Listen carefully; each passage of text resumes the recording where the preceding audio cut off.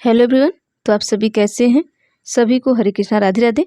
जैसा आप सभी को पता है कि यहाँ पर हमारा प्रैक्टिस सेट चल रहा है और ये जो प्रैक्टिस सेट है आपका 1 to 5 के लिए है और 6 to 8 का जो प्रैक्टिस सेट है हमने आपको लगभग 25 वीडियो प्रोवाइड कर दिया है, वहाँ से जाके देखिएगा।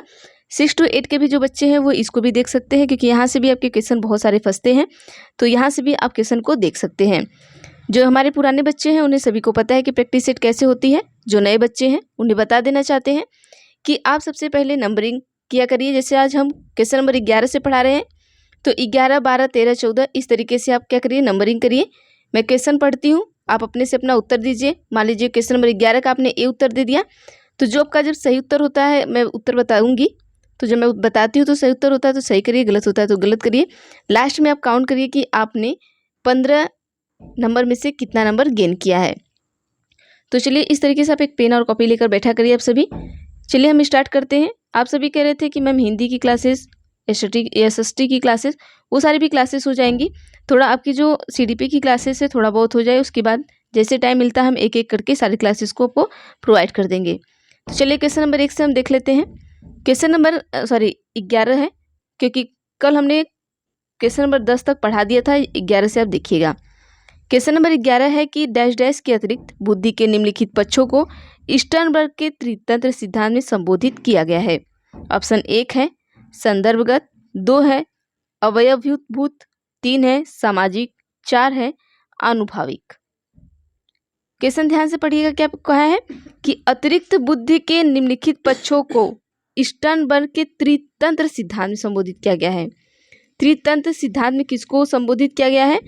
तो उत्तर हम देखते हैं ऑप्शन नंबर 1 से होगा कि संदर्भगत को।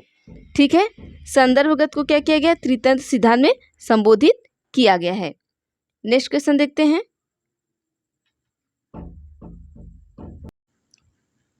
क्वेश्चन आपका हार्वर्ड गार्डनर से है। हार्वर्ड गार्डनर का बुद्धि का सिद्धांत पर बल देता है। ऑप्शन 1 है शिक्षार्थियों में अनुबंधिक कौशलों, 2 है सामान्य बुद्धि, 3 है विद्यालय में आवश्यक समान आवश्यकताओं, 4 है आपका प्रत्येक व्यक्ति की विलक्षण योग्यताओं। आंसर आपको बताना है कि क्या होगा। क्वेश्चन ध्यान से देखिएगा। क्या पूछा है कि हार्वर्ड गार्डनर का बुद्धि का सिद्धांत बल देता है। इन चारों ऑप्शन में से एक ऐसा ऑप्शन है जो हार्वर्ड गार्डनर का जो बुद्धि है, हमारा बहुबुद्धि का सिद्धांत, वो इन पे से एक पर बल देता है। क्वेश्चन नंबर 12 का उत्तर दीजिए आप सभी। तो चलिए यहाँ पर देख लेते हैं। जो हमारे प्रत्येक व्यक्ति का विलक्षण योग्यताओं होता है उसी पर क्या देता है, सबसे ज्यादा बल देता है। तो ऑप्शन नंबर 4 हमारा क्या होगा, सही हो जाएगा। आइए अगला क्वेश्चन देखते हैं। Question number 13। चलिए क्वेश्चन नंबर 13 में कि थ फ च ध्वनियां हैं। ऑप्शन 1 है स्वनिम, 2 है रूपीम, 3 है लेखीम, 4 है शब्दिम। तो कौन सी ध्वनियां हैं आपको बताना है। चलिए यहाँ पे जो हमारा थ प च है ध्वनियां हैं वो आपकी स्वनिम ध्वनियां हैं। तो ऑप्शन नंबर ए बिल्कुल सही हो जाएगा, सही कर लीजिएगा। अगला क्वेश्चन देखते हैं। Question number 14। देखिए रूढ़िवादिता से क्वेश्चन आपको पूछा गया है। यहाँ से क्वेश्चन आपको जरूर आता है, मैंने आपको हमेशा बताया है। चलिए छोटा कर देते हैं ताकि आपको थोड़ा साफ दिखे। साफ तो दिखेगा नहीं, मतलब पूरी जो जितने भी आपके ऑप्शन है सभी दिखे। क्वेश्चन है कि कक्षा में जेंडर रूढ़िवादिता से बचने के लिए एक शिक्षक को, ऑप्शन 1 है लड़कों को जोखिम उठाने और निर्भीक बनने के लिए प्रोत्साहित करना, 2 है लड़के लड़कियों को एक साथ अपारंपरिक भूमिकाओं में रखना चाहिए, 3 है अच्छी लड़की अच्छा लड़का कहकर शिक्षार्थियों के अच्छे कार्य की सराहना करना, 4 है आपका कि कुश्ती में भाग लेने के लिए लड़कियों को निरुत्साहित करना। जेंडर रूढ़िवादिता के बारे में पूछा आपसे। अगर आप एक शिक्षक हैं तो आपको इससे बचना है, तो इस ऑप्शन में से आप क्या करेंगे। देखिए जेंडर रूढ़िवादिता में क्या होता है कि हम क्या करते हैं कि जैसे कोई लड़का है या कोई लड़की है तो हम सिर्फ लड़के का ही पक्ष ले लिए, या लड़के को छोड़ के हम सिर्फ लड़की का ही पक्ष ले लिए। ऐसा नहीं है कि सिर्फ हम एक ही का पक्ष लेंगे तभी, कि लड़का का पक्ष लेंगे लड़की का नहीं लेंगे तो वो जेंडर रूढ़िवादिता होगा। ऐसा नहीं, अगर हम लड़की का पक्ष लेकर लड़के को छोड़ दे तो वहाँ भी हमारा जेंडर रूढ़िवादिता होगा।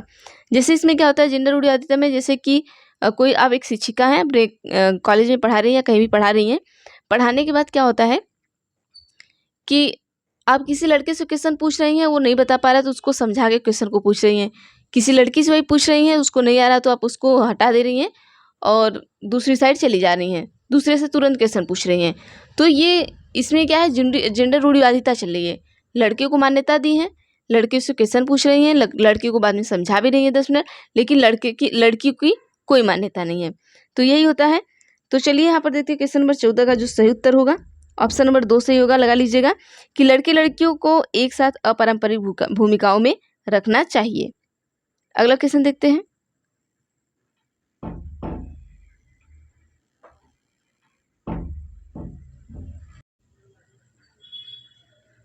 क्वेश्चन नंबर 15 आपका क्या है, देखिए 15 में कि विद्यालय को किसके लिए व्यक्तिगत विभिन्नताओं को पूरा करना चाहिए। ऑप्शन 1 है व्यक्तिगत शिक्षार्थी को विशिष्ट होने की अनुमति कराने के लिए, 2 है व्यक्तिगत शिक्षार्थी के मध्य खाई को कम करने के लिए, 3 है शिक्षार्थी के निष्पादन और योग्यताओं को समान करने के लिए, 4 है यह समझने के लिए कि क्या शिक्षार्थी सीखने के योग्य या अयोग्य है। तो यह विद्यालय में किसके लिए व्यक्तिगत विभिन्नता को पूरा करना चाहिए, जो बच्चों में अलग अलग विभिन्नताएं होती हैं किस लिए पूरा करना चाहिए। तो चलिए उत्तर देख लेते हैं किस लिए पूरा करना चाहिए। आप सभी उत्तर दे दिए होंगे। देखिए ऑप्शन नंबर 4 सही करिएगा कि यह समझने के लिए कि क्या शिक्षार्थी सीखने के योग्य या अयोग्य हैं, इसके लिए व्यक्ति विभिन्नता को पूरा करना चाहिए। अगला क्वेश्चन देखते हैं क्वेश्चन नंबर 16। क्वेश्चन नंबर 16 में 2 ही ऑप्शन है, 2 ही ऑप्शन में आपको दे रहे हैं, इन्हीं में से आंसर होगा आपका एक। 16 है कि शिक्षार्थियों में व्यक्ति विभिन्नताओं को संबोधित करने के लिए एक विद्यालय किस प्रकार का सहयोग उपलब्ध करवा सकता है।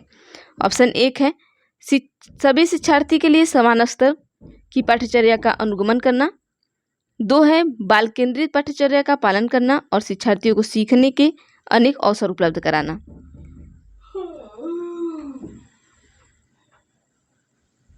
यहाँ पर देखिए क्या आपका कहीं आपको पॉजिटिव दिख रहा है, अवसर उपलब्ध कराना, अवसर क्या आपका पॉजिटिव है, तो हमारा क्या हो गया ऑप्शन नंबर 2 सही हो जाएगा। ठीक है, हमने आपको हमेशा बताया है negative question negative answer, positive question positive answer. ठीक है, 16 के बाद हम 17 पे चलते हैं।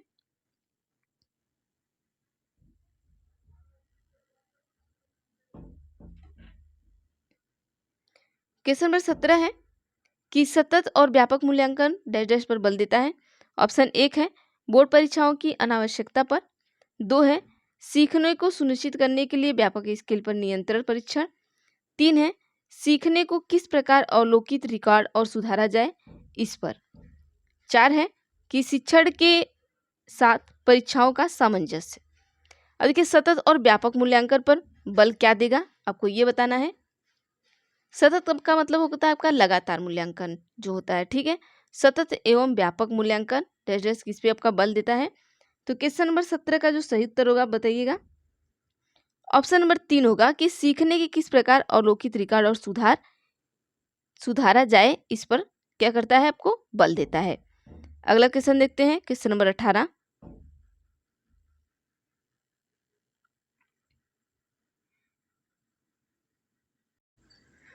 क्वेश्चन नंबर 18 आपका है विद्यालय आधारित आकलन। ऑप्शन 1 है शिक्षार्थी और शिक्षकों को अगंभीर और लापरवाह बनाता है, 2 है शिक्षा बोर्ड की जवाबदेही कम कर देता है, 3 है सार्वभौमिक राष्ट्रीय मानकों को प्राप्ति में बाधा उत्पन्न करता है, 4 है आपका परिचित वातावरण में अधिक सीखने में सभी शिक्षार्थियों की मदद करता है। देखिए विद्यालय आधारित जो आकलन होता है वो किस लिए होता है ये आपको बताना है।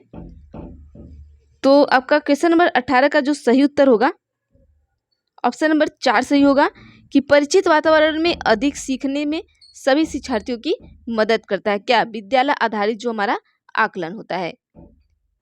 क्वेश्चन नंबर 19 देखते हैं। क्वेश्चन नंबर 19 आपका है कि सीखने की तत्परता डॉट डॉट की ओर संकेत करती है।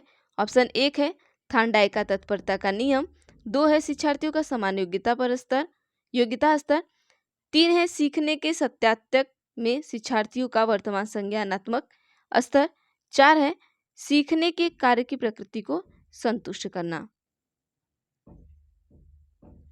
तो देखिए सीखने की तत्परता डैश की ओर संकेत करता है। आपको बताना है कि जो सीखने की जो तत्परता होती है वो किसकी ओर संकेत करती है। देखिए जो सीखने की तत्परता होती है वो हमेशा आपको सीखने के सत्यात्मक में शिक्षार्थियों का वर्तमान संज्ञानात्मक स्तर पर। चलिए नेक्स्ट क्वेश्चन देखते हैं क्वेश्चन नंबर 20।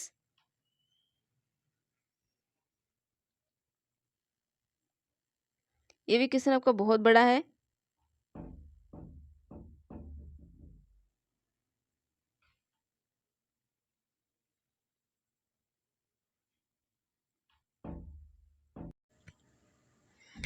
क्वेश्चन नंबर 20 देखते हैं हम। एक शिक्षिका की कक्षा में कुछ शारीरिक विकलांगता वाले बच्चे हैं। निम्नलिखित में से उसके लिए क्या कहना सबसे उचित होगा? ऑप्शन 1 है पोलियोग्रस्त बच्चे अब एक नया गाना प्रस्तुत करेंगे। 2 है पहिया कुर्सी वाले बच्चे हाल में जाने के लिए अपने समवयस्क साथी से मदद ले सकते हैं। 3 है शारीरिक रूप से असुविधाग्रस्त बच्चे कक्षा में ही कोई वैकल्पिक गतिविधि कर सकते हैं। ऑप्शन 4 है कि मोहन खेल के मैदान में जाने के लिए अपनी अपनी बैसाखियों का प्रयोग क्यों नहीं करते। तो देखिए क्वेश्चन क्या पूछा है कि आप एक शिक्षिका हैं, कक्षा में कुछ शारीरिक विकलांगता वाले बच्चे हैं, तो इन सब में से आपको क्या करना है, तो इनमें से क्या कहना है सबसे उचित क्या होगा वही बताना था।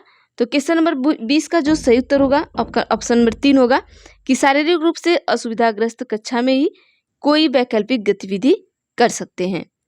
क्वेश्चन नंबर 20 का ऑप्शन नंबर 3 सही होगा। अब आइए क्वेश्चन नंबर 21 देखते हैं।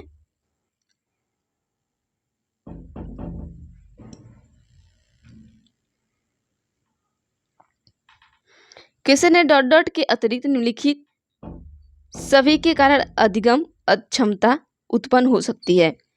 ऑप्शन 1 है सांस्कृतिक कारक, 2 है सेरेबल डिस्ट्रक्शन, 3 है संवेगात्मक विघ्न, 4 है व्यवहारगत विघ्न।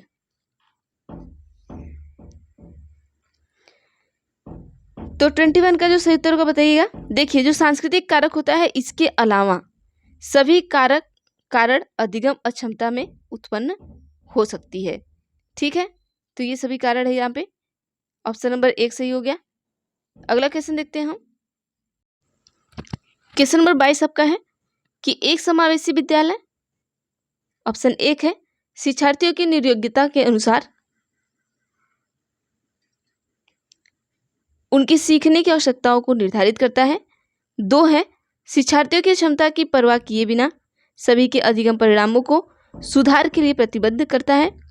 3 है शिक्षार्थियों के मध्य अंतर करता है और विशेष रूप से सक्षम बच्चों के लिए कम चुनौतीपूर्ण उपलब्धि लक्ष्य निर्धारित करता है। ऑप्शन 4 है कि विशेष रूप से योग्य शिक्षार्थी के अधिगम परिणामों को सुधारने के लिए विशेष रूप से प्रतिबद्ध होता है। छोटा कर दे रहे हैं, ऑप्शन भी देख लीजिएगा, क्वेश्चन भी देख लीजिएगा, अब उत्तर दीजिएगा सभी।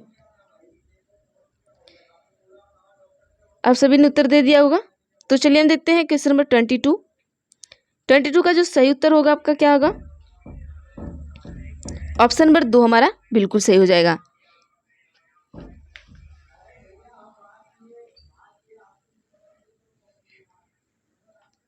ऑप्शन नंबर 2 सही हो जाएगा कि शिक्षार्थी की क्षमता की परवाह किए बिना सभी के अधिगम परिणामों को सुधारने के लिए प्रतिबद्ध होता है। चलिए क्वेश्चन नंबर 22 के बाद 23 देखते हैं।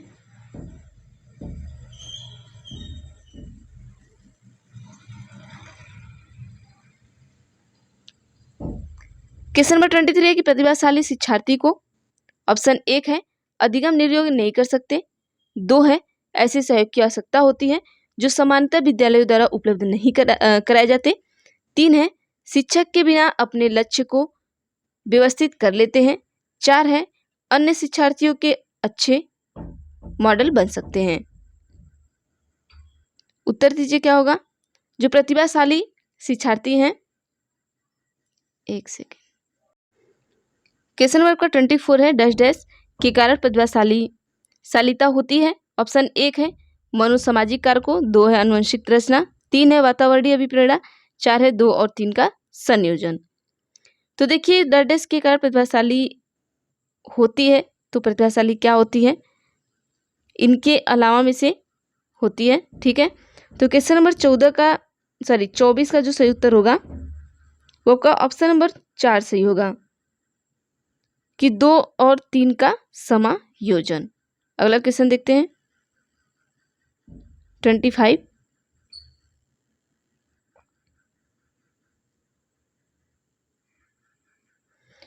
बच्चों में सीखने और सुनने के लिए अधिगम योग्य वातावरण के लिए निम्नलिखित में से कौन उपयुक्त है? ऑप्शन 1 है शिक्षार्थियों को यह छूट देना कि आप सीखना है,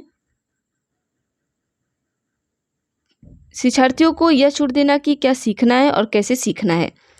2 है कि एक लंबे समय के लिए निष्क्रिय रूप से सुनना। 3 है निरंतर गृह कार्य देते रहना। 4 है आपका सीखने वाले द्वारा व्यक्तिगत कार्य करना।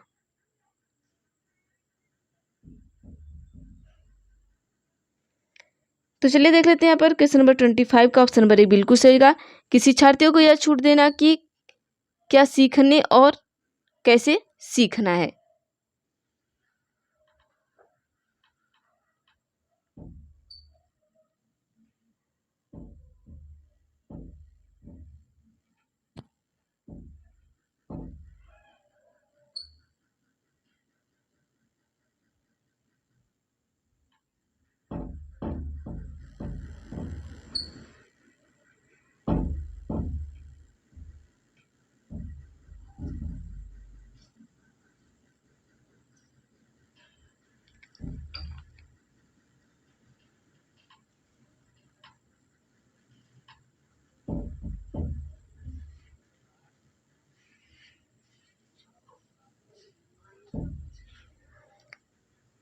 चलिए क्वेश्चन नंबर आप अगला बताइएगा आप सभी। क्वेश्चन नंबर 26 में क्या कहा गया आपसे कि गतिक कौशल में अधिगम नियोगिता डैश डैश कहलाती है। ऑप्शन 1 है डिस्फ्रेजिया, 2 है डिस्प्रैक्सिया, 3 है डिस्कैल्कुलिया, 4 है डिसलेक्सिया। तो देखिए क्वेश्चन नंबर 26 का जो सही उत्तर होगा आप सही बताइएगा क्या होगा। तो ऑप्शन नंबर 1 हमारा जो बिल्कुल सही होगा डिस्फेजिया कहलाती है। चलिए अगला क्वेश्चन देखते हैं। अधिगम नियोग्यता ऑप्शन 1 है कि समुचित निवेश के साथ सुधार योग्य नहीं करना है, सुधार योग्य नहीं होती। 2 है कि एक स्थिर अवस्था है, 3 है एक चर अवस्था है, 4 है जरूरी नहीं कि कार्य पद्धति के कारण हो, जरूरी नहीं कि कार्य पद्धति की हानि करे। ठीक है, तो क्वेश्चन नंबर 27 का आप सभी उत्तर बताइएगा। ऑप्शन नंबर यहाँ क्या हो जाएगा 3 बिल्कुल सही हो जाएगा, तो 3 आप सही लगा लीजिएगा क्वेश्चन नंबर 27 का। एक सेकेंड, आज तो ये मोबाइल भी इधर उधर कर रहा है।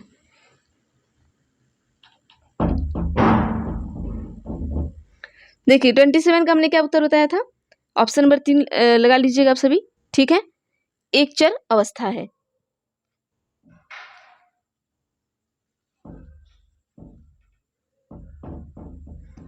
आइए चलते हैं नेक्स्ट क्वेश्चन देखते हैं। 28 के बाद 29 का देखते हैं, इसके बाद 29 देखेंगे। डैश के अतिरिक्त निम्नलिखित समस्या समाधान की प्रक्रिया के चरण है। ऑप्शन 1 है परिणामों की आशा करना, 2 है समस्या को पहचान, 3 है समस्या का छोटे हिस्सों में बांटना, 4 है संभावित युक्ति को खोजना। देखिए डैश के अतिरिक्त निम्न समस्या समाधान की प्रक्रिया के चरण है, तो सही उत्तर हो जाएगा ऑप्शन नंबर आपका 1 बिल्कुल सही हो जाएगा कि परिणामों की आशा करना। इसके अतिरिक्त निम्नलिखित समस्या समाधान की प्रक्रिया के चरण है। क्वेश्चन नंबर 29 देखते हैं।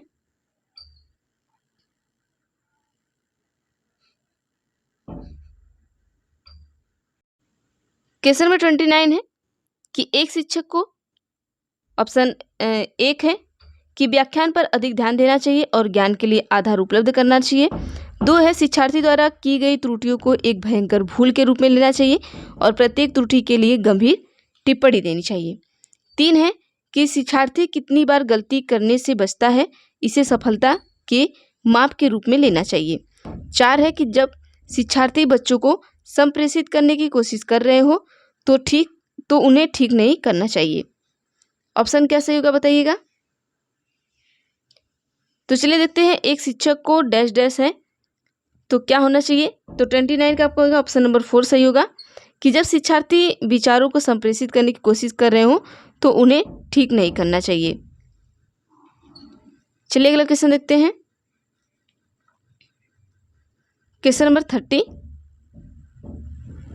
30 को हम पढ़ेंगे नहीं, ठीक है, आप सभी पढ़िएगा, हम लगा दे रहे हैं 2 मिनट ऐसे, सभी पढ़िएगा और कमेंट बॉक्स में हमें उत्तर दीजिएगा। चलिए सबको आई थिंक दिख रहा होगा। इसका आप सभी में कमेंट बॉक्स में उत्तर देंगे कि सीमा परीक्षा में A+ ग्रेड प्राप्त करने के लिए अति इच्छुक है। जब वह परीक्षा